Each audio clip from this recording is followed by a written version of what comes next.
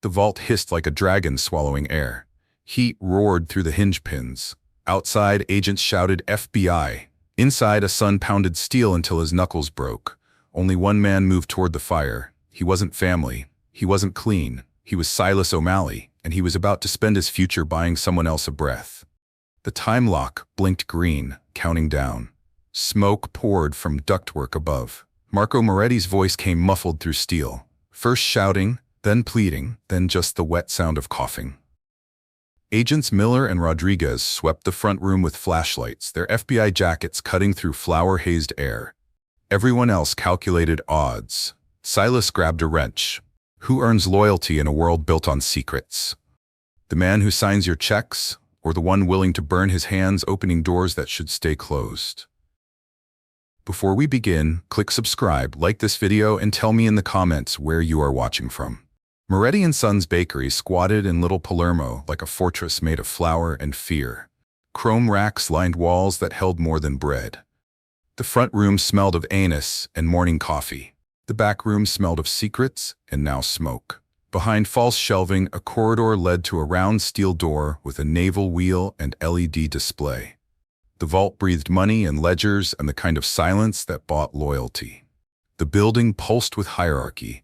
Customers entered through glass doors, family through the kitchen, and men like Silas through shadows. Silas was 38, broad-shouldered with scarred knuckles that knew locks better than prayers. He wore work clothes that had seen better decades, a canvas tool belt that jangled when he moved. Most people looked through him. He preferred it that way. But Silas O'Malley hadn't always been an associate. Once he'd worn different clothes. Pressed shirt, clean hands, a future that stretched beyond next week's take. He'd been the guy who fixed things that couldn't break, who built safety into systems where failure meant graves. Then came the house fire on Ashland Avenue. His Sarah trapped upstairs, him calculating structural loads while she screamed his name. He'd chosen the smart play. Wait for professionals, trust the system. The system let her burn. Now he fixed what broke and broke what needed fixing. The work was simple. The stakes felt manageable until they weren't. Don Vincenzo Vinny Moretti was 64, silver-haired and methodical. He'd built his empire on rituals, mass on Sundays, fresh biscotti on the counter, ledgers balanced to the penny. His handshake was a contract. His smile was a weapon. His son was his one soft spot in an otherwise armored life. Marco Moretti was 28, caught between two worlds.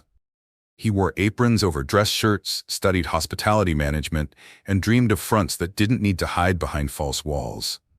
This morning, he'd been pulling old ledgers to make his case for cleaner books. The fire had turned his reform pitch into a confession he might never deliver. Then there were the hunters. Agent Miller, steady and patient, and Agent Rodriguez, sharp as a blade edge. They'd spent 16 months buying pastries and building maps, timing their raid to catch ledgers before they moved. Their warrant was perfect. Their timing was cursed. The morning had started like choreographed chaos. Silas arrived at dawn, pushing his cart through empty streets. He'd entered through the alley, nodded to Tony at the ovens, swept flour that never seemed to settle. In the back room, Marco had worked alone, comparing two sets of books, the family's bloody history and his sanitized future. Mr. Sly, Marco had called out, the only person who used Silas's old nickname. Think my dad will listen if I show him we can make more money clean? Silas had looked up from replacing a broken hinge. Your father's got 40 years of habit. Change comes hard to men like him. What about men like you?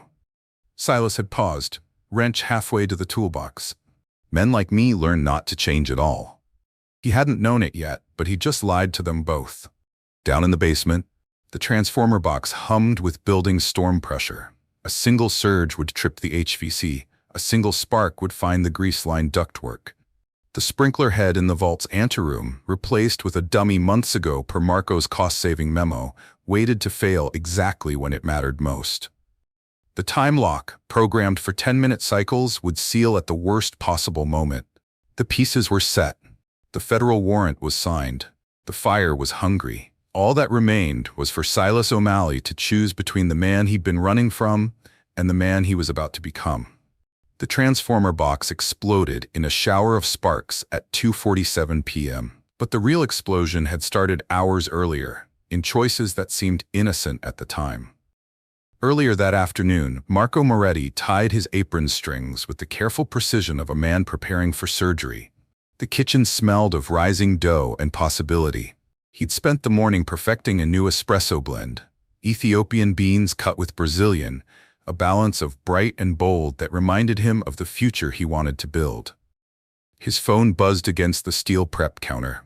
A text to his father, drafted and redrafted 3 times. Dad, wanted to run some numbers by you tonight. Been working on expansion ideas. Clean ones. Think you'll be surprised how much we can make without the complications. He hesitated over the send button. Vincenzo Moretti didn't like surprises, even from his son, especially from his son. Marco sent it anyway. The vault called from the back room, its round door like a steel eye that never blinked. Inside, 2 worlds waited in leather-bound ledgers. The old book, 40 years of names, payments, and the kind of leverage that built empires and destroyed lives. The clean book, Marco's secret project, transactions anonymized, fronts legitimized, a roadmap to respectability. He pulled both volumes, heavy as confessions, and laid them side by side on the flour-dusted workbench. The contrast was stark. The old book's pages were coffee-stained, thick with decades of careful handwriting. The clean book looked surgical, precise, hopeful. 2 paths, he whispered to the empty room. Which one saves us? He didn't hear the transformer humming louder in the basement, didn't see the first wisps of smoke beginning to curl from the ductwork above. Across town, FBI Field Office Agent Rodriguez spread surveillance photos across the conference table like tarot cards reading the future. 16 months of Sunday pastries and small talk. Today we collect. Agent Miller studied the building schematics, his finger tracing ventilation routes and exit points. Weather's turning, humidity's spiking, electronic systems get temperamental.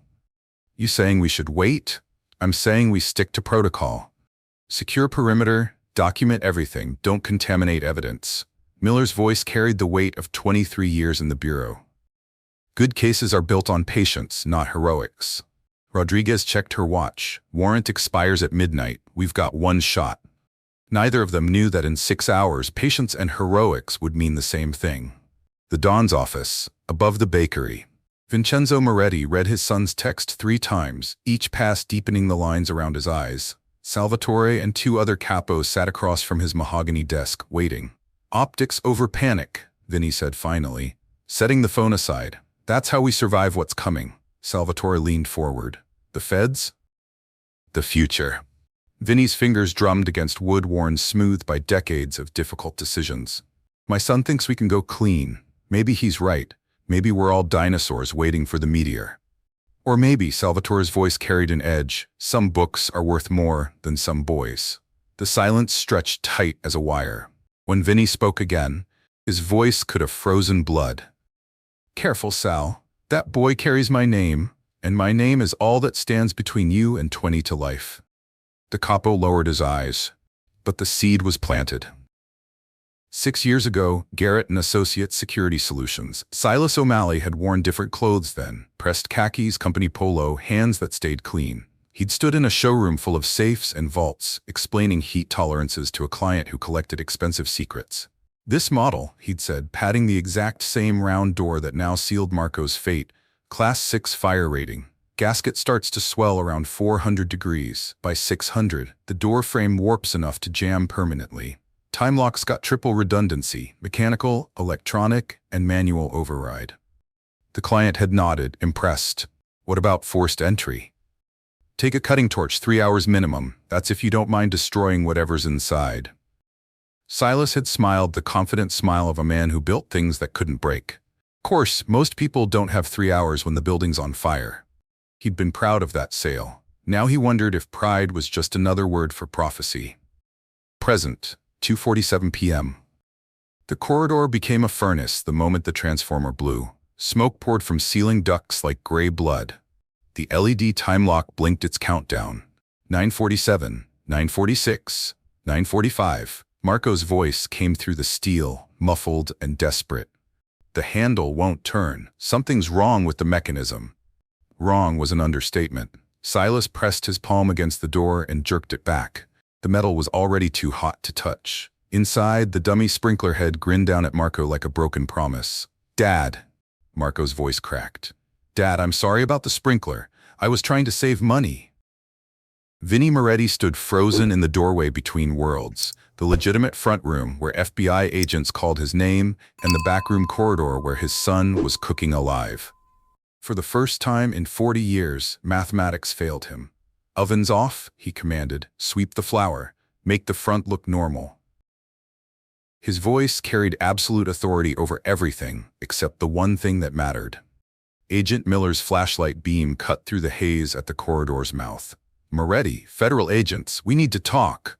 "Be right there," Vinnie called back, buying seconds with courtesy while his world burned.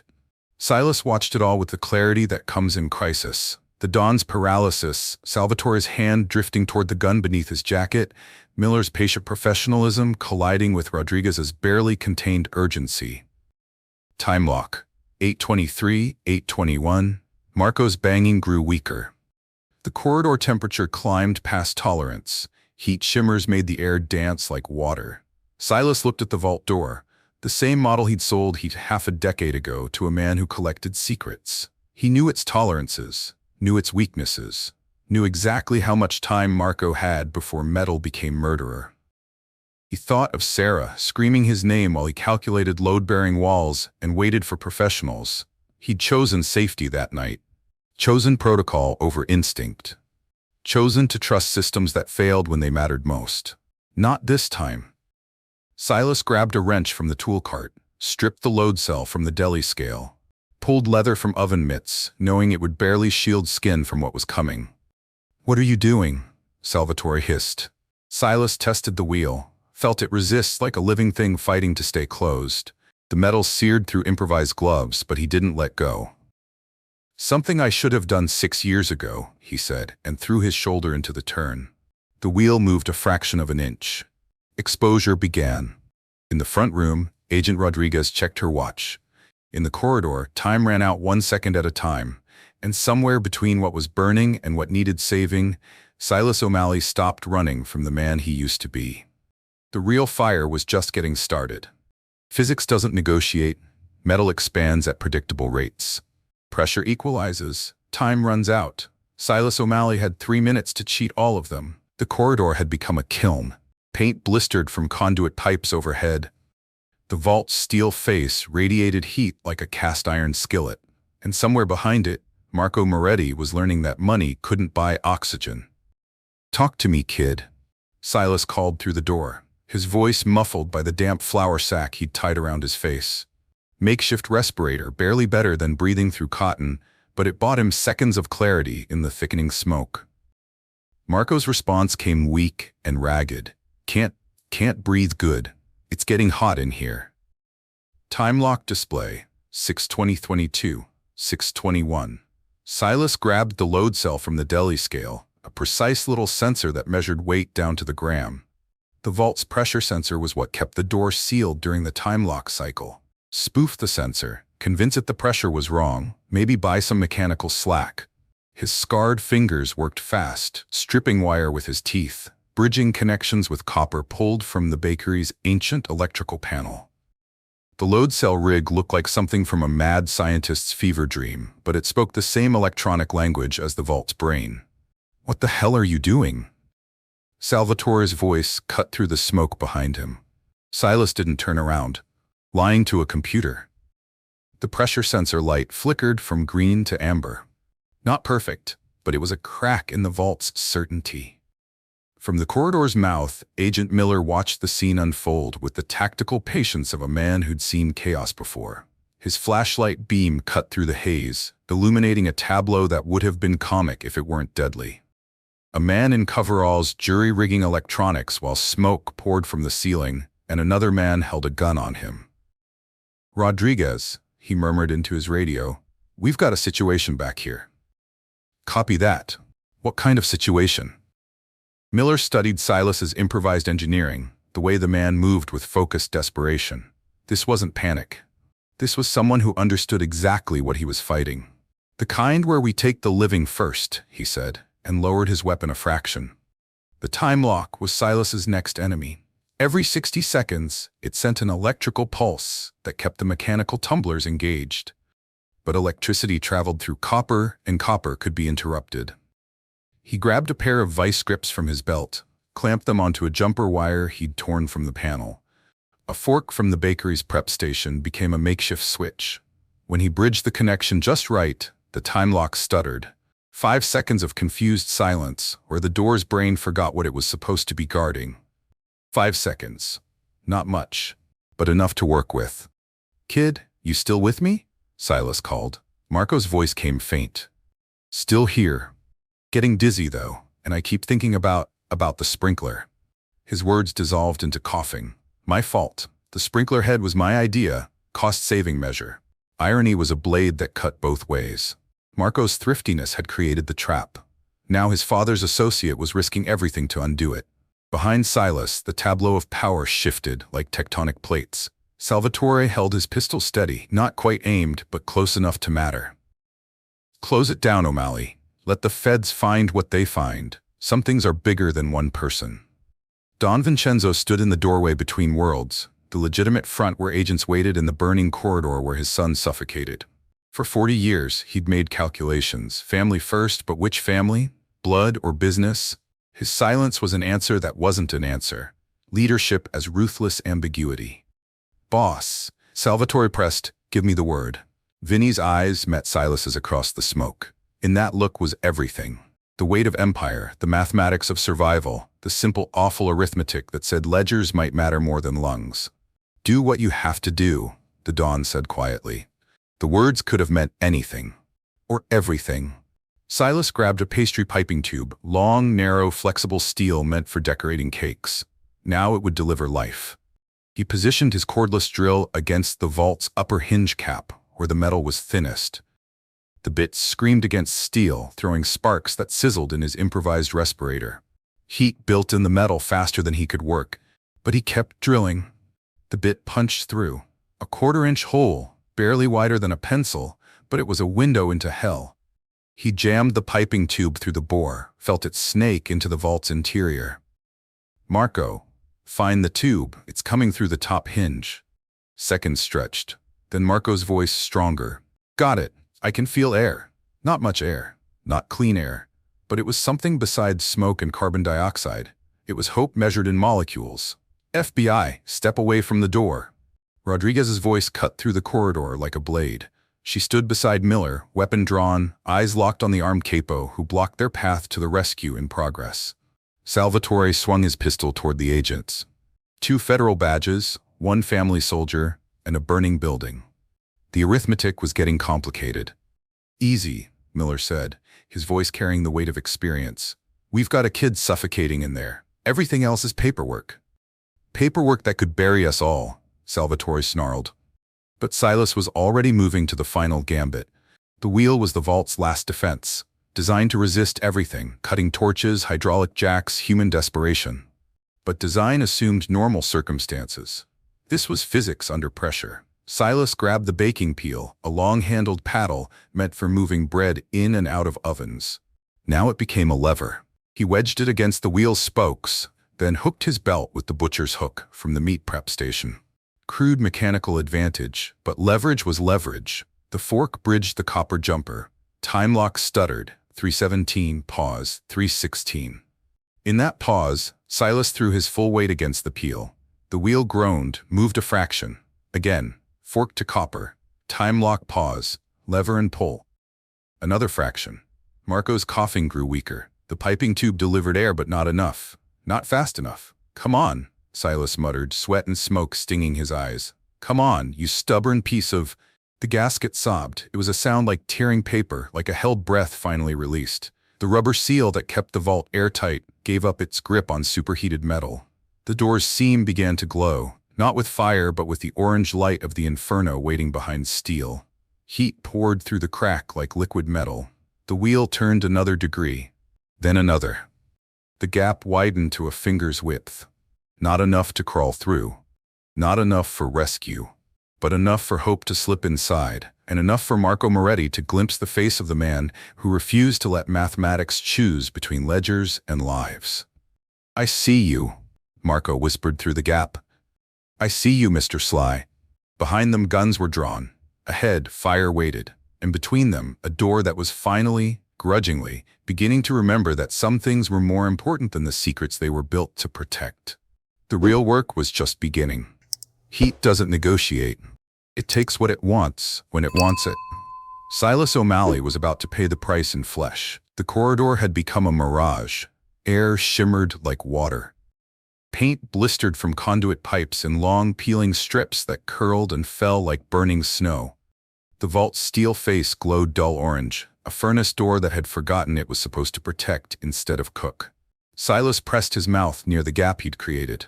"Marco, get to the piping tube. Breathe through it, nothing else." From inside came the sound of scrambling, then Marco's voice, muffled but stronger. "Got it, but there's something else you need to know." "Talk while I work," Silas grunted, positioning himself against the wheel. The leather wrapped around his hands was already smoking. "There are 2 books in here." Silas threw his shoulder into the wheel. The metal screamed against metal. His forearm, even wrapped in oven-mitt leather, sizzled against the heated steel. The smell of cooking flesh mixed with smoke and flour. The wheel moved another degree. Time lock display, 243. He bridged the copper jumper with the fork. The display stuttered, 241, pause 40. In that stolen pause, Silas hurled his full weight against the wheel again. His shoulder popped. His wrapped hands left pieces of leather smoking on the steel. But the door gave another precious inch. 2 books? Silas called through gritted teeth. Marco's voice came thin through the piping tube. "The old one, Dad's real ledger, names, payments, everything.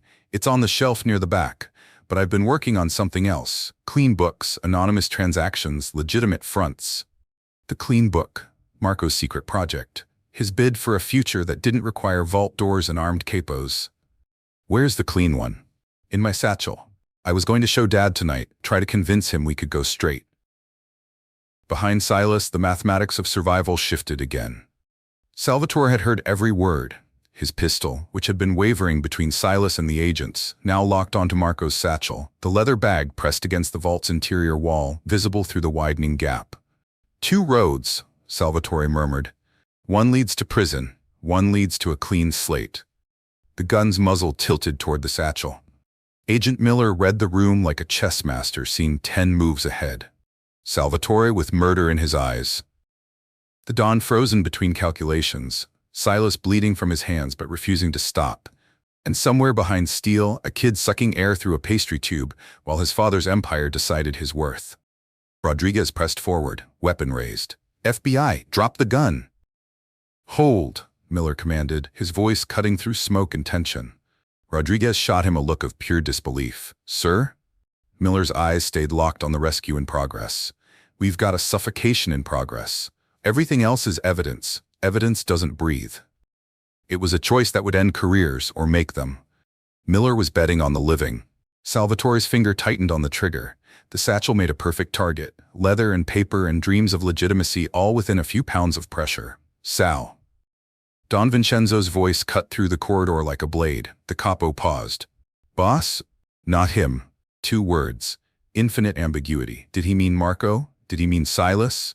Did he mean shoot the satchel but spare the boy, or spare them both and damn the empire? Leadership as riddle. Authority as maybe. Salvatore's muzzle dipped a fraction. Not lowered, not raised. Suspended in the space between orders and interpretation. "Boss, we need clarity here." But Vincenzo Moretti was watching his son's face appear in the gap, sooted and gasping, alive by degrees and dying by seconds. For 40 years, he'd chosen empire over everything.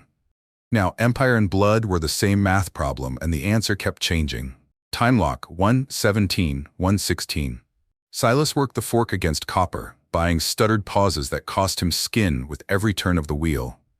The baking peel had bent under stress. The butcher's hook had torn through his belt, leaving him to rely on raw grip strength that was failing with each sizzling contact. "How much more?" Marco called weakly. Silas eyed the gap. Maybe 6 inches now, enough for a slim man to squeeze through if he didn't mind leaving skin behind. "Almost there, kid. When I say go, you come out head first, fast as you can." "What about the books?" Through the gap, Silas could see both volumes. The old ledger sat on a shelf near the back, already curling from heat. Decades of names and numbers and the kind of leverage that built kingdoms and destroyed lives. The clean ledger waited in Marco's satchel, pristine and hopeful, and probably doomed. Choose one, save one, leave one to burn. Forget the books, Silas said. Some things you can rewrite, some things you can't. The wheel turned again. The gap widened to 8 inches. 10. That's when the vault exhaled. Fire licked through the seam like a dragon's tongue tasting freedom. The backdraft hit Silas in the face, singeing his eyebrows, turning his improvised respirator to char. Heat rolled out in a wave that sent everyone staggering back. Everyone except Silas. He jammed the butcher's hook through the gap, felt around until it caught Marco's belt, then hauled with everything he had left. Marco came through the opening like a cork from a bottle, gasping and choking and alive. His satchel came with him, the clean ledger intact. Behind them, the old ledger curled and blackened on its shelf, 40 years of family history becoming smoke and memory. Father and son collapsed onto flour-dusted concrete. Marco sucked air like a drowning man. The satchel lay between them, containing either salvation or damnation, depending on who did the reading. Salvatore's gun was still trained on the leather bag. "Boss, last chance. We can end this clean." Agent Rodriguez had her weapon on Salvatore. Agent Miller had his on the open vault. Don Vincenzo stood in the space between worlds, legitimate front room and burning back corridor, watching his air breathe and his empire's secrets smolder. The vault door hung open like a mouth screaming. Smoke poured out, fire licked the frame.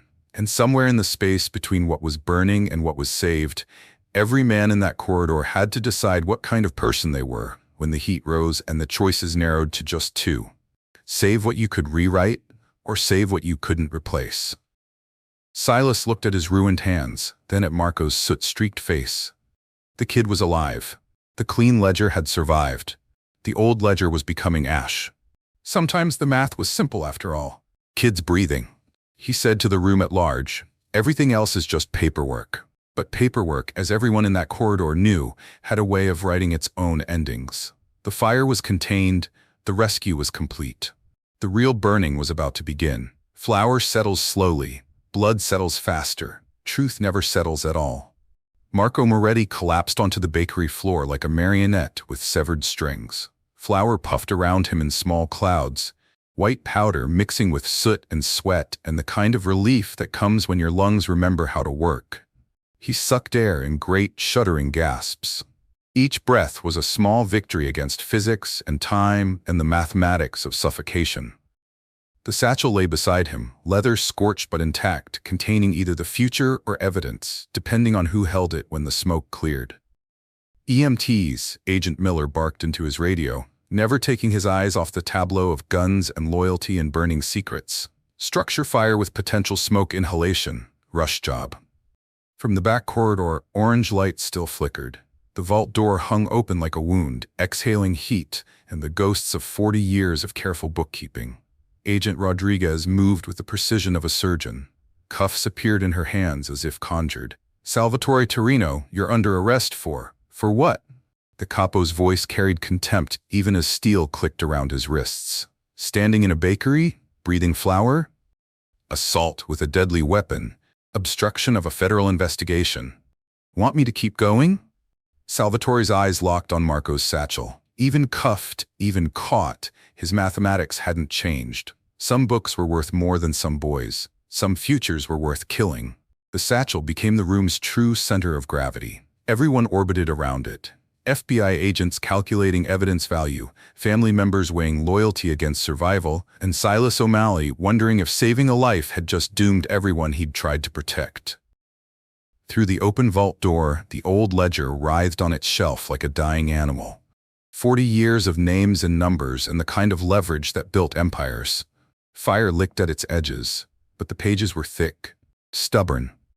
It would take more than heat to erase that much history. That's when the firefighters arrived. Water hit the vault interior in a pressurized torrent. The old ledger, already weakened by heat, dissolved like sugar in rain. Ink ran. Pages separated. Names that had once meant prison sentences or shallow graves became illegible soup, washing across scorched steel and pooling in corners where it would dry into meaningless stains. Evidence lost.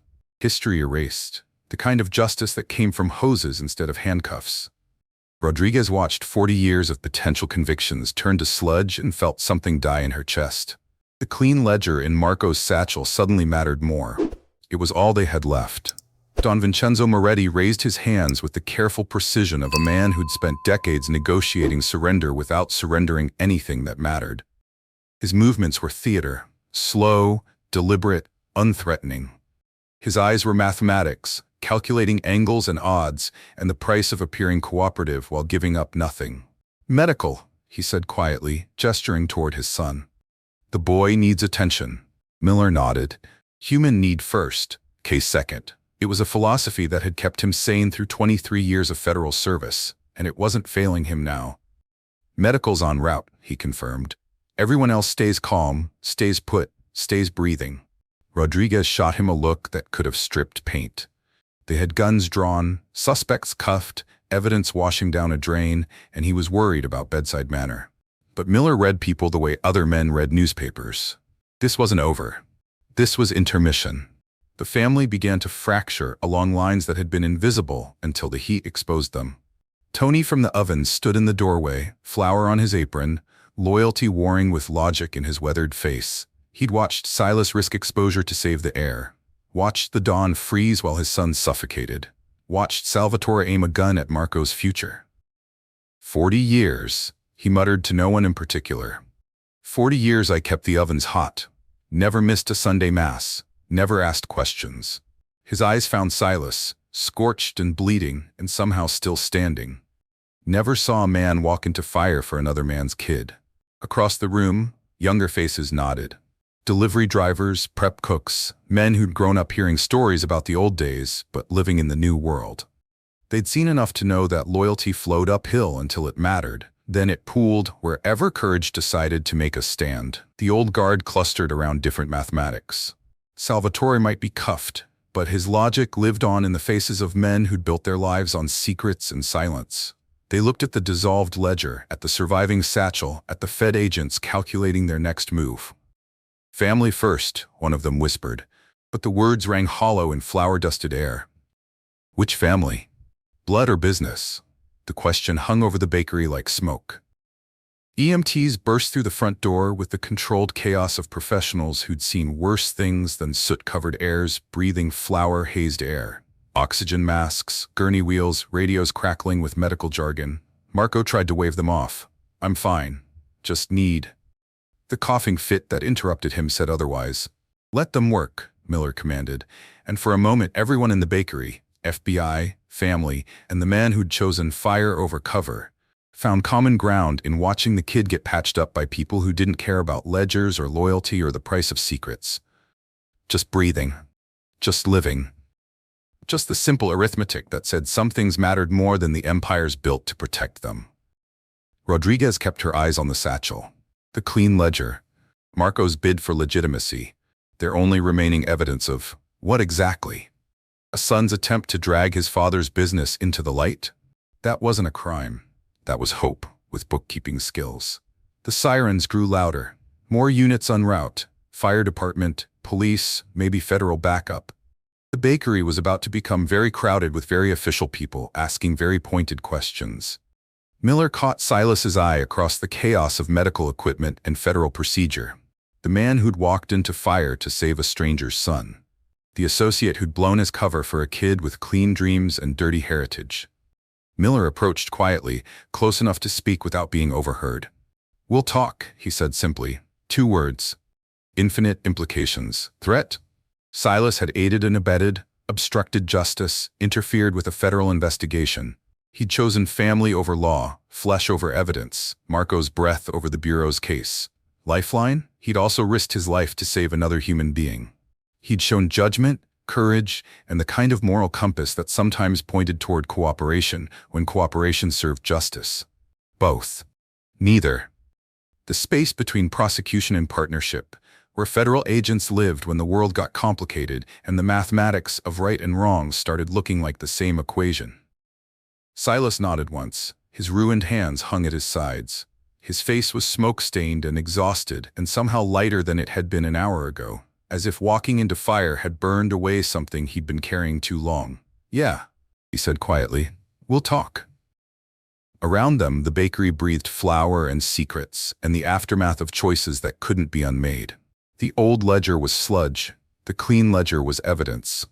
The empire was fractured. And somewhere in the space between what had burned and what had survived, everyone present was about to learn that sometimes the most dangerous conversations were the ones that started with, "We'll talk." The fire was out. The rescue was complete. The real negotiation was just beginning. By midnight, the story had grown wings. In kitchens across Little Palermo, over espresso and cigarettes, the tale spread like spilled wine. The details multiplied with each telling. The vault became a furnace, the rescue became biblical, the books became history itself, dissolving in federal spray. The night the books burned, they called it, and the phrase carried weight beyond words. At Romano's social club, old men played dominoes and whispered calculations. If Moretti's 40-year ledger was ash, what leverage had died with it? Which debts were now uncollectible? Which secrets were finally safe? 3 blocks south, the Torino crew gathered around a different mathematics. Their capo was in federal custody, their rivals were testing boundaries, and the streets smelled like opportunity disguised as smoke. "Vinny's got no teeth now," one of them muttered over cheap wine. "No records means no proof. No proof means no power." They were wrong, but they wouldn't learn that until dawn came with consequences. Agent Rodriguez sat in her Crown Vic outside the bakery at 11:43 p.m., laptop balanced on her knees, drafting the memo that would either make her career or end it. Subject: Silas O'Malley, Asset Development, Potential Assessment. O'Malley demonstrated tonight that his loyalty to the Moretti organization is conditional, not absolute. His choice to risk exposure suggests an exploitable moral compass. Recommendation: approach as potential CI rather than target. Leverage points: 1. Outsider status within family structure. 2. Demonstrated protective instincts. 3. Technical skills valuable to ongoing investigations. Risk factors: previous trauma may make him unpredictable. Handle with precision. She paused, deleted the last line, retyped it. Handle with care. Across the street, Agent Miller finished his own report on a yellow legal pad in handwriting that had barely changed since his academy days. O'Malley chose a life over paper tonight. He walked into fire for a kid he barely knew, risked everything for nothing but the right thing. Whatever approach we take, we treat the man, not the role. Some people can't be leveraged. Some people can only be respected. 2 agents. 2 philosophies. 2 different bets on what made people bend or break under federal pressure. One of them would be proven right before the week ended. The bakery after midnight looked like a crime scene dressed as a wake. Flour settled in corners like ash from distant fires. The vault door hung open, exhaling residual heat and the ghost of 40 years of careful bookkeeping. Don Vincenzo Moretti sat at the prep table where his son had mixed coffee blends that morning. A lifetime ago. Around him, the remnants of his inner circle gathered for the kind of meeting that decided whether empires evolved or died. Marco sat beside him, oxygen mask pushed down around his neck, soot still streaking his face like war paint. His satchel, the clean ledger, rested on flour-dusted steel between them. "The old ways are dead," Marco said, his voice hoarse but certain. "The fire killed them. We can't rebuild the same house on burned ground." Salvatore's absence left a vacuum that older voices rushed to fill. 40 years of leverage gone, muttered Carmine Torino, Sal's cousin, his thick fingers drumming against steel. "You want to go soft now when we've got nothing to trade on?" "We've got legitimacy," Marco countered. "Clean fronts, real businesses, compliance shields. The satchel proves we can make more money legal than we ever made dirty." "Legitimacy don't stop bullets, kid. Neither did the old ledger. And the old ledger's what brought the feds to our door." The argument circled familiar ground. Blood versus business, tradition versus survival, the mathematics of empire versus the arithmetic of simply staying alive. Silas O'Malley sat in the corner, hands wrapped in gauze, saying nothing. He'd spent his exposure for the night. Now he listened to other people spend theirs. "What do you think, Sly?" Don Vincenzo's voice cut through the argument like a blade. Every face in the room turned toward the man who'd walked into fire for a stranger's son. Silas looked at his bandaged hands, then at the open vault, then at the faces of men trying to rebuild something they didn't fully understand in the first place. "I think you're asking the wrong questions," he said quietly. "Which are? You're arguing about what to build. Should ask what foundation you're building on." Silas gestured toward the vault. "That thing was designed to protect secrets from fire. Worked fine until the fire got inside." Marco leaned forward. "Meaning?" "Meaning secrets make you vulnerable. Every name in that old ledger was leverage somebody could use against you. Every dirty transaction was evidence waiting for the right warrant." Silas's voice carried the practical weight of a man who'd built things that needed to last. "You want to survive the next fire? Build fewer secrets into the walls. Put more fire extinguishers on them." Carmine snorted. "You talking about going straight? This ain't Sunday school, O'Malley." "I'm talking about not drowning in the deep end." Silas met the older man's eyes without flinching. "Look around. The old ledger's sludge. Sal's in federal custody. Your capo pointed a gun at the air over a bag of papers. System's already broken. So what's your brilliant solution?" Silas stood, moved to the prep table where Marco's satchel sat like a promise. "Kid's got the right idea, wrong execution. Don't go completely clean. That's suicide in your business. But change the center of gravity." "How?" "Move from blackmail to service, from leverage to value. Close doors that only open to blood. Open ones that lead to money without murder." Silas's engineer's mind laid out the structure like blueprints. Keep the muscle for protection, not expansion. Keep the connections for opportunity, not obligation. Build compliance shields thick enough to stop federal bullets. The room was quiet, except for the distant sound of late-night traffic and the settling of a building that had seen too much history in one day. Don Vincenzo studied the man who'd saved his son and maybe, just maybe, shown him a path to saving everything else. "Family meeting's over," the Don said finally, standing with the deliberate precision that had defined 40 years of leadership. "Everybody's heard everybody. Time for decisions." He didn't ask for votes. Didn't poll opinions. Didn't negotiate terms. "We move at dawn," he announced to the room. "New structure, new rules, new world." Marco looked hopeful. Carmine looked skeptical. Silas looked like a man who'd said his piece and was ready to accept whatever consequences followed. But Vincenzo Moretti had been leading men through complex mathematics for 4 decades. He knew that ambiguity was sometimes the sharpest tool in the box. He didn't specify which direction they'd move. Didn't define the new structure or enumerate the new rules. Didn't explain what kind of new world he had in mind. Dawn would bring answers, or dawn would bring more questions. Either way, the night the books burned would be remembered as the night the Moretti Empire learned that sometimes the most dangerous fires were the ones that started inside the vault where you thought your secrets were safe. Outside, federal agents wrote reports. Rival crews made plans. And somewhere in the space between what had burned and what would be built, the future waited to see whether courage was contagious or if walking into fire just meant everything would smell like smoke. The clock struck midnight. The books were ash. The real work was about to begin.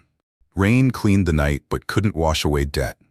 3 a.m., above the city. The bakery's roof offered a view of Chicago that money couldn't buy. City lights stretching toward horizons that promised everything and delivered what you could take.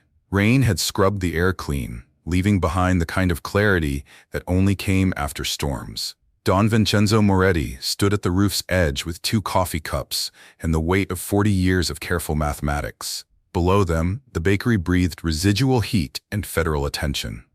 Above them, stars fought through urban glow and mostly lost. Silas O'Malley emerged from the rooftop access door, gauze-wrapped hands white as surrender flags in the darkness. He'd spent the last hour with EMTs who'd insisted on treating burns that felt like branded reminders of choices that couldn't be unmade. "Thought you might need this," Vinny said, offering a cup. Steam rose between them like incense for conversations that required confession. Silas accepted the coffee carefully, his bandaged fingers clumsy around ceramic. The warmth was a small mercy against October air that cut through smoke-damaged clothes. They stood in silence for a moment, 2 men who'd never been friends learning the mathematics of gratitude. "You bought me a son tonight," Vinny said finally. "You cost me a book." Silas sipped coffee that tasted of anise and complicated morality. You can write another book, Vinny. Can't say the same about the kid. The Don's chuckle was dry as autumn leaves. You think I don't know that? Think you forgot for a minute, when the heat got high and the mathematics got simple. Silas met the older man's eyes across steam and starlight. Happens to the best of us. Forgetting what can't be replaced. Below them, a police cruiser made slow rounds through streets that knew how to keep secrets. Red and blue lights painted moving stories on wet asphalt, authority patrolling the spaces between order and chaos, never quite catching either. The offer, I've got a proposition, Vinny said, settling against the roof's low wall like a man accustomed to conducting business above the world's complications. Silas waited. Propositions from men like Vincenzo Moretti came with math that didn't always add up the way you expected.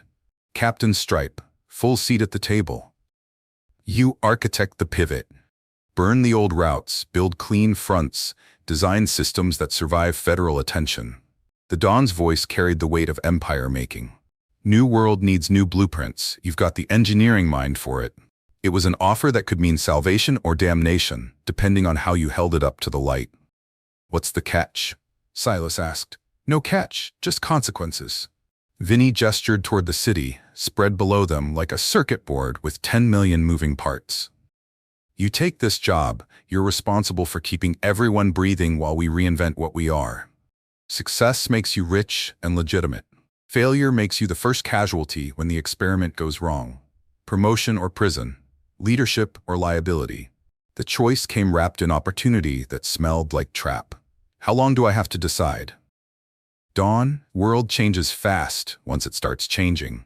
Need architects in place before the foundation shifts. Silas nodded, understanding that some decisions couldn't be postponed. The roof access door opened behind them, interrupting calculations with the sound of careful footsteps. Father and son, rescuer and rescued, Marco Moretti emerged onto the roof carrying his own coffee and the weight of guilt that oxygen masks couldn't cure. His face still bore soot stains that told stories about choices and consequences and the price of good intentions poorly executed. Mr. Sly, he said quietly, the nickname carrying new weight after shared fire and federal attention. Kid. Silas turned toward the young man who'd nearly suffocated trying to save his father's empire from itself. How you breathing? Better than I deserve. Marco's voice carried the kind of honesty that came after near-death experiences. The sprinkler head, the dummy one that almost killed me, that was my signature, my cost-saving measure, my attempt to impress Dad with efficient management. He paused, staring at the city lights like they might offer absolution for engineering failures and misplaced priorities. I nearly died because I was trying to prove I could run things better. Irony's got teeth, doesn't it? Silas studied the young man, who'd grown up in the space between legitimate dreams and inherited complications. Guilt's a luxury you can't afford right now. You want to honor what happened tonight? Don't waste time on what you did wrong. Spend it on what you're going to do right. Marco nodded, then extended his hand, formal, deliberate, carrying the weight of vows that couldn't be spoken aloud. Thank you, he said simply, for choosing my breath over my father's book, for walking into fire when walking away would have been smarter. Silas shook the offered hand carefully, gauze meeting flesh in a grip that felt like contract signing. Don't thank me yet, kid. Thank me when we see how this all settles out. But Marco's expression suggested the debt was already recorded in permanent ink, written in oxygen and smoke, and the kind of loyalty that survived federal attention and family mathematics. He looked at his father, then at Silas, making calculations that would define the man he became. I want to be both, Marco said finally. Heir and reformer. Moretti blood with clean hands. Can't choose between family and legitimacy anymore. Time to prove they're not opposites. Federal pressure. 6 blocks away, in a federal Crown Vic parked where surveillance could watch bakery entrances, Agent Rodriguez drafted text messages she'd send at dawn. O'Malley. Need to talk. Tomorrow, 2 p.m. Neutral ground. Come alone. She showed the screen to Agent Miller, who'd been reading case files by dome light and wondering if Federal Service had made him too cynical or not cynical enough. Too aggressive, Miller said without looking up from his paperwork. He saved a kid's life, doesn't make him a saint. Makes him human. Humans respond better to respect than pressure. Miller closed the file, turned to face his partner across 20 years of experience that had taught him to read people like weather patterns. If he thinks you're burning him to warm your hands, he'll jump. Jump where? He's got nowhere to go now. We know who he is. Family knows he broke cover. Exactly why he's dangerous. Man with nothing to lose is the hardest kind to leverage. Miller gestured toward the bakery, where rooftop silhouettes suggested conversations that would reshape more than federal cases. Give him something to gain, instead of something to lose, makes for better partnerships. Rodriguez deleted the text, started typing a new one. Mr. O'Malley, would like to buy you coffee tomorrow? Discuss mutual interests. No pressure, no recordings. Just conversation between people who believe some things matter more than paperwork. Miller nodded approvingly. Better. Now he chooses to come instead of being summoned. Threshold.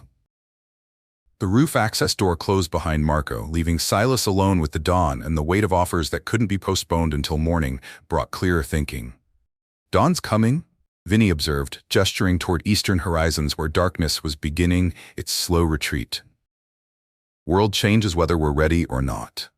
Silas looked at his bandaged hands, then at the city spreading below them like a promise written in light and shadow. For 6 years he'd lived in the spaces between, not quite family, not quite outsider, not quite safe, not quite exposed. Tonight had changed the mathematics. He'd walked into fire for a stranger's son. He'd chosen rescue over cover, breathing over secrets, Marco's life over his own anonymity. Exposure hadn't killed him.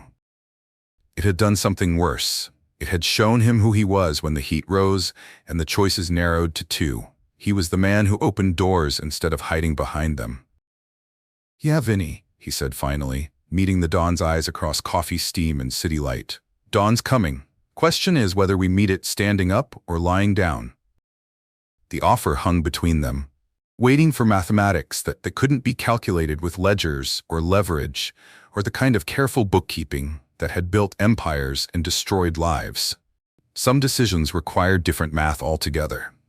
The kind written in oxygen and smoke, and the understanding that some doors, once opened, could never be closed again. Dawn was 2 hours away. The answer couldn't wait that long. Some doors open easy. Others require new hardware, better engineering, and the kind of retrofitting that goes deeper than metal. Silas O'Malley moved through the bakery like a man reading blueprints written in smoke damage and federal attention.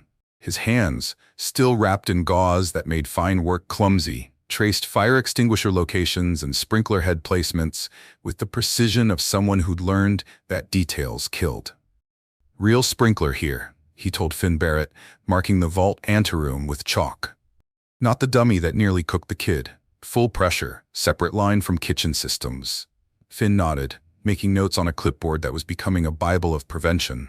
What about the HVAC? Separate loops. Kitchen exhaust doesn't talk to vault ventilation. Fire starts in one place, stays in one place. Silas moved to the main corridor, eyes tracking ductwork like he was reading a map of future disasters. Sensor redundancy on everything. Heat, smoke, pressure, system fails, it fails safe. But retrofitting culture was harder than retrofitting hardware. Tony from the ovens watched the work with the skepticism of a man who'd survived 40 years by not asking questions about back rooms and closed doors. All this equipment's gonna cost, he observed. Less than funerals, Silas replied, chalking another location. Fire department bills, federal investigations. You sure we're not just painting over rust here? Silas paused, looked at the older man whose flour-dusted apron had seen more history than most museums. Tony, you ever rebuild an engine? Some. What's the hardest part? Tony considered, understanding that engineering questions usually had engineering answers, making sure all the new parts work with the old frame. Exactly. We're not throwing out everything that works. We're making sure what works keeps working when the heat rises.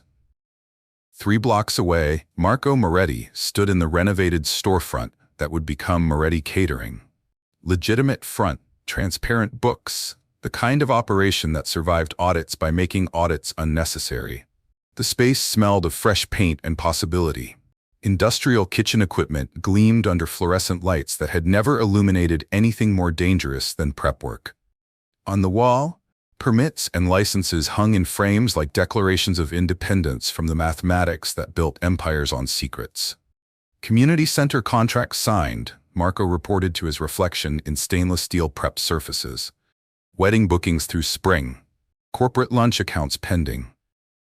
The clean ledger, his prototype for legitimacy, sat open on the counter, pages filling with transactions that FBI accountants could read without warrant. Every dollar tracked, every contract documented, every relationship defined by service instead of leverage. His phone buzzed. A text from his father. "How's the experiment going?" Marco typed back, "Profitable, legal, boring in the best possible way. 3 dots. Then, "Boring's a luxury we haven't afforded in 40 years. Don't waste it." But change created friction, and friction generated heat. Salvatore Torino, released on bail with ankle monitoring that kept him tethered to approved addresses, tested boundaries like a man probing for weak spots in renovated systems. He couldn't visit the bakery, federal conditions, but his influence moved through familiar channels. A courier disappeared between Little Palermo and the South Side, carrying nothing but routine messages that routine people shouldn't have worried about. His absence spoke louder than presence. Moretti Catering's storefront windows got decorated overnight, not with bricks but with spray paint messages that carried 40 years of accumulated wisdom. Paper burns. Blood doesn't. The mathematics were clear. Some people preferred the old equations, where problems got solved with tools sharper than accounting software. Silas found the vandalism at dawn, standing in morning light that made the red paint look like crime scene evidence. He photographed it with his phone. Documentation habits died hard, then called for cleanup crews that understood discretion. "Problem?" Marco asked, arriving with coffee and the kind of determined optimism that survived overnight threats. "Growing pains," Silas replied, but his eyes tracked the street with the systematic sweep of someone who'd learned to read danger in spray paint grammar. Agent Miller chose neutral ground for their first official conversation. A diner 6 blocks from federal buildings, where coffee came black and conversation stayed private. He sat across from Silas in a corner booth, reading menus like men who understood that some meetings required the pretense of normalcy. "Appreciate you coming," Miller said, setting his menu aside. "No, this can't be easy." Silas studied the agent who'd chosen humanity over procedure the night the books burned. "You're not here to arrest me." "No.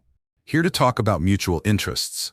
Miller's voice carried the professional weight of 23 years in federal service and the personal weight of watching a man walk into fire for a stranger's son.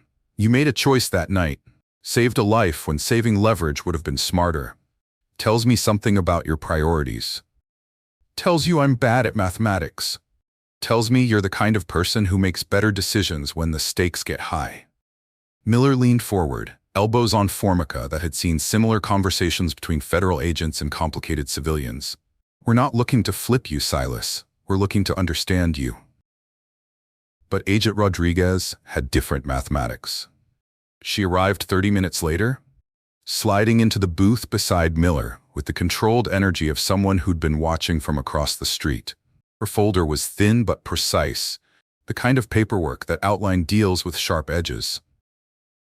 "Mr. O'Malley," she began without preamble, "we're prepared to offer probationary cooperation. Limited immunity on legacy activities in exchange for intelligence on violent actors. You help us prevent bloodshed. We help you stay out of prison." The folder opened to reveal surveillance photos, federal forms, and the kind of contract that turned complicated civilians into confidential informants. Silas looked at the paperwork, then at Rodriguez, then at Miller, who was studying his coffee like it might offer absolution for partnership decisions. "No," Silas said finally. "No to the deal?" "No to all of it." He stood, leaving coffee unfinished and contracts unsigned. "I walked into fire to save a kid, not to warm federal hands. Find another way to do your job." Miller nodded approvingly. Rodriguez closed her folder with the sharp precision of someone who'd expected better results and got an education instead. The call came at midnight, 3 weeks into the new mathematics.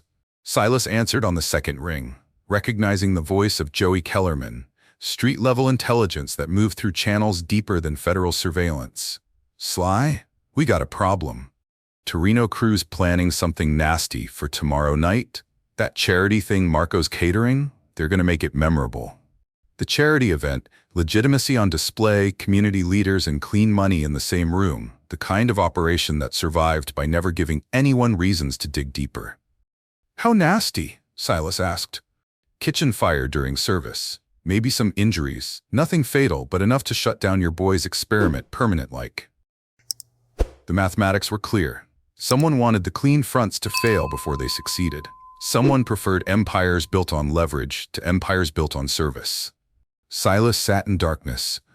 Weighing choices that couldn't be postponed until morning brought clearer thinking. He could call Miller, trade intelligence for protection. Let federal law handle federal problems. He could call Vinny, let family handle family business the way it had been handled for 40 years. Or he could find a third option that nobody had written in any ledger, old or clean. He picked up his phone, scrolled through contacts, found the number he needed. The phone rang twice before connecting. "Yeah," Silas said quietly. "It's me. We need to talk. Tonight. Bring what you need to stop a fire before it starts." He hung up without identifying the recipient, without specifying the problem, without defining what stop a fire meant in the new mathematics that governed legitimate fronts and reformed families. Outside, Chicago slept under October stars that promised nothing, but witnessed everything. Tomorrow would bring answers about whether change was possible or if some fires could only be prevented by burning other things first. The phone sat silent on the table. The choice was made. The consequences would arrive with dawn and federal attention and the kind of test that decided whether retrofitted systems survived when the heat rose and the stakes got real. Some doors opened to legitimacy, others opened to the spaces between, where reformed men made unreformed choices for reasons that wouldn't fit in any ledger, old, clean, or federal. The real work was just beginning. Some fires you prevent, some you let burn. The wisdom is knowing which ones feed the future. Thursday night, Community Center. The charity event unfolded like a textbook definition of legitimacy. Local politicians sampling canapés, community leaders writing checks, and Marco Moretti's catering staff serving clean money disguised as hors d'oeuvres. Silas O'Malley stood in the kitchen doorway, watching servers navigate between tables laden with food that had never hidden anything more dangerous than ambitious seasoning. His hands, finally free of gauze, moved unconsciously to check fire extinguisher locations and sprinkler head positions, habits that had become muscle memory since the night the books burned. At 9:17 p.m., 3 unmarked sedans pulled into the community center's parking lot with the controlled precision of federal agents executing pre-planned operations. No sirens, no drama, just quiet professionalism that suggested someone had made a phone call and someone else had listened. Through the kitchen's service window, Silas watched Agent Miller approach 2 men who'd been lingering near the loading dock with the kind of casual attention that professionals recognized in other professionals. The conversation was brief, civil, and conclusive. The men left without incident. The charity event continued without interruption. Clean money flowed to worthy causes, while federal agents ensured that kitchen fires remained theoretical rather than tactical. Marco appeared at Silas's shoulder, carrying a tray of untouched appetizers and the satisfied expression of someone whose experiment in legitimacy had just passed its first real test. "Everything okay?" he asked. "Everything's fine," Silas replied, watching the sedans disappear into Chicago night. "Just federal agents doing federal things." "You called them." It wasn't a question. Marco had learned to read the mathematics of prevention in Silas's careful preparations and systematic precautions. Called someone who could prevent a fire without starting a war. Silas turned back to the kitchen, where legitimate business hummed with the efficiency of systems that worked because they were designed to work. Sometimes the smart play is the simple play. Miller's mathematics agent Miller stood in the parking lot, breathing October air that carried the scent of autumn leaves and complicated morality. His radio crackled with completion codes. Suspects detained, threat neutralized, federal jurisdiction successfully asserted without shots fired or federal forms completed. Rodriguez approached from the perimeter, her expression mixing professional satisfaction with personal frustration. "Clean operation," she reported. Torino crew backed down when they realized we were watching. No charges filed, but message sent. Good. Miller pocketed his radio, studying the community center where legitimate catering continued behind windows that reflected federal surveillance and reformed families. Sometimes prevention's better than prosecution. We could have used this to pressure O'Malley, leveraged his cooperation into something more substantial. Miller looked at his partner with the patience of someone who'd learned that some people couldn't be leveraged because they'd already chosen sides that mattered more than federal careers. Rodriguez, the man called us to prevent violence against civilians. He protected legitimate business by trusting federal law. That's not cooperation. That's citizenship. It's also evidence that he's willing to work with us when his interests align with ours. Which is exactly what good citizens do. Miller walked toward their Crown Vic, ending a conversation that would continue in different forms for months to come. Not everyone needs to be turned, Rodriguez. Sometimes it's enough that they're pointed in the right direction. The Don's calculus. Don Vincenzo Moretti received the news at midnight, delivered by Tony from the ovens who'd witnessed federal sedans and peaceful resolutions with the amazement of someone who'd expected different mathematics. No blood, Tony reported, standing in the bakery's main kitchen where legitimate business prepared for tomorrow's legitimate customers. No arrests, no burned kitchens, just quiet. Vinny nodded, understanding that quiet was a luxury his empire hadn't afforded itself in 40 years of careful bookkeeping and strategic leverage. He moved to the back corridor, where the vault door hung open like a steel mouth that had learned to breathe instead of swallow. The seam was still scorched orange from the night that had changed everything. Heat damage that would never fully fade, a permanent reminder that some doors opened whether you wanted them to or not. Silas did this, Vinny said, not quite a question. Called the feds himself, from what I hear. Prevented trouble instead of causing it. The Don considered mathematics that didn't appear in any ledger, old, clean, or federal. His associate had chosen law over loyalty, prevention over family tradition, federal cooperation over family silence. In the old equations, such choices demanded consequences that began with bullets and ended with shallow graves. But the old equations had produced 40 years of careful secrecy and one night of fire that nearly killed his son. Tony, Vinny said finally, from now on, we call it the O'Malley Standard. Call what that? This. The Don gestured toward the community center, toward federal agents who prevented fires instead of investigating them, toward legitimate fronts that survived because they deserved to survive, handling problems before they become problems, building systems that work because they're supposed to work. Tony nodded, understanding that empire naming was serious business in families that measured history in decades and consequences in generations. Outside, Chicago settled into post-midnight rhythms that had absorbed one more story about reformed men and federal mathematics and the kind of prevention that required trust instead of leverage. The street would remember it differently. The street called it the night the books burned, and measured everything that came after against that moment when fire chose what survived and what became smoke. Federal Persistence Agent Rodriguez sat in her Crown Vic 3 blocks from the bakery, laptop balanced on her knees, drafting memos that would justify continued surveillance on subjects who'd learned to operate within federal parameters instead of outside them. She wanted the old ledger ghosts, the names that had dissolved in federal spray, the 40 years of leverage that had died with pages and ink and the mathematics of empire built on secrets. Marco's clean ledger told her how much money legitimacy could generate, but it couldn't tell her where the bodies were buried or which politicians had been purchased with flour-dusted envelopes. Her investigation would continue. Surveillance would persist. Federal attention would remain focused on the spaces between legitimate business and the shadows that had spawned it.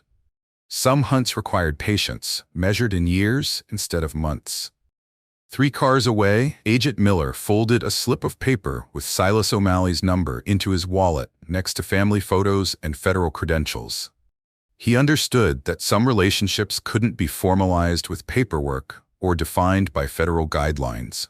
Some people earned respect by walking into fire for strangers' sons. Some cooperation happened because citizens chose to trust law instead of leverage when the stakes mattered and the mathematics got simple.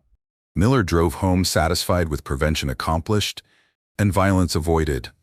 Rodriguez drove home planning longer campaigns against targets who'd learned to survive by making federal surveillance irrelevant. 1 week later, Silas O'Malley stood in the bakery's back corridor, running his palm over the vault's scorched seam. The metal was cool now, but the orange staining remained. Heat damage that told stories about choices and consequences, and the physics of doors that opened when they were supposed to stay closed. The steel felt like reading Braille written in fire and federal attention, and the kind of scar tissue that formed when systems failed and people compensated. Marco appeared at his shoulder, alive and bandaged and fundamentally different from the man who'd nearly suffocated trying to save his father's empire from legitimacy. His hands were clean now, literally and figuratively, but they still carried the weight of understanding what suffocation felt like and what breathing cost. "Think it'll hold?" Marco asked, gesturing toward the retrofitted security system that surrounded the vault with sensors and redundancy, and the kind of prevention that treated fire as engineering problem instead of family crisis. "It'll hold," Silas said. "Question is what we put inside it worth protecting." Through the doorway, two silhouettes passed the glass. Agent Miller and Agent Rodriguez making routine patrols that had become part of the neighborhood's ecosystem. Ever present, never gone, federal mathematics operating in parallel with family business that had learned to survive federal attention by making federal attention irrelevant. Marco watched the agents pass, understanding that some forms of surveillance had become protective instead of predatory. "Strange how it worked out," he observed. "Not strange," Silas replied, his fingers tracing metal that remembered heat and men who remembered choices. "Just physics. Metal expands when heated, contracts when cooled. People do the same thing, but slower." He stepped back from the vault, looking at steel that had been designed to protect secrets and learned to protect people instead. "Some doors you open to get out," Silas said quietly, watching afternoon light filter through windows that no longer needed to hide anything more dangerous than legitimate business and reformed families. "Some you open to let the future in." Marco nodded, understanding that engineering wisdom applied to more than hardware, and that some retrofitting went deeper than metal. They stood together in the space between what had burned and what had survived. Two men who'd learned that exposure didn't always kill. Sometimes it just showed you who you were when the heat rose and the choices narrowed to two. The vault remained open, breathing with the building, no longer swallowing secrets, but exhaling possibilities. Metal remembered heat. Men remembered who opened the door when opening doors mattered more than keeping them closed. Outside, federal agents patrolled. Inside, legitimate business hummed. And somewhere in the space between law and family, prevention and tradition, the Moretti Empire had learned to survive by choosing what burned and what didn't. The real work continued. The books would never burn again. Please subscribe and like this video, and click on the next video on your screening for another amazing story. Your support means a lot to us. Share this video. The end.